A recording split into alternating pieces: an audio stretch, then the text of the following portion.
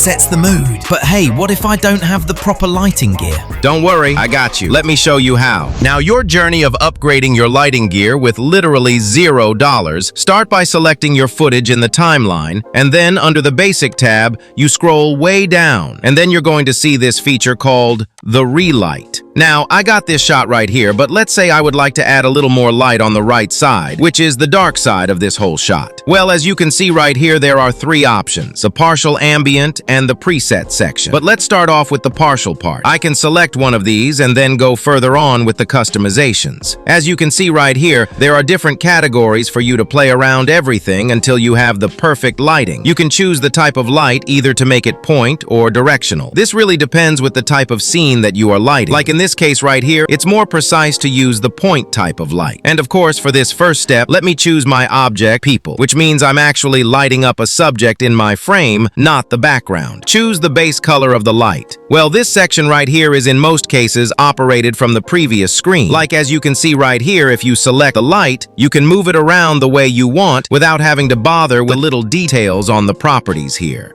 Now you can actually adjust the distance of your light. How far do you want your light to reflect up to? But for the partial lights, it's good to reduce the distance. And of course, you can adjust the light intensity, the highlight, and the radius, which literally suggests the radius of the space your light is going to cover. Now you can use this other option right here to add another light. I'm going to add this other light right here.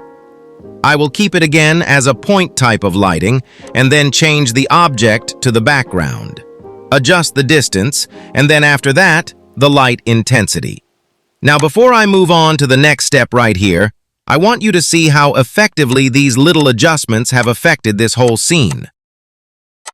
So I got another different shot right here just to make sure that these demonstrations will make a little more sense to you. Alright, so this time around, let's go to the next section, which is the ambience. Alright, so right here, there are a couple of more presets here that you can actually use. But let me say I choose this one. This time around, as you can see, the presets gives me 3 lights all at once. And again, there's always another option for you to add another light. So the first light right here, which is this one, is red in this preset, which is the perfect one for this shot. And all other settings are almost the same as the previous section. And I'm going to keep it on directional light this time around because it's the ambient. Now, the color is perfect for me, as I've said. And then on this section right here, I can actually move the lights from the previous screen, increase light intensity a little bit, and of course, the light radius. And as you can see on this example, my dear friend, if the preset is almost correct, then that means you're going to have a few adjustments to make. And as you can see, the thing is almost perfect. And now let's finally move on to the preset. Now right here,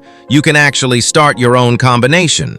And that is going to create for you a setup that you can use in all other projects as a preset.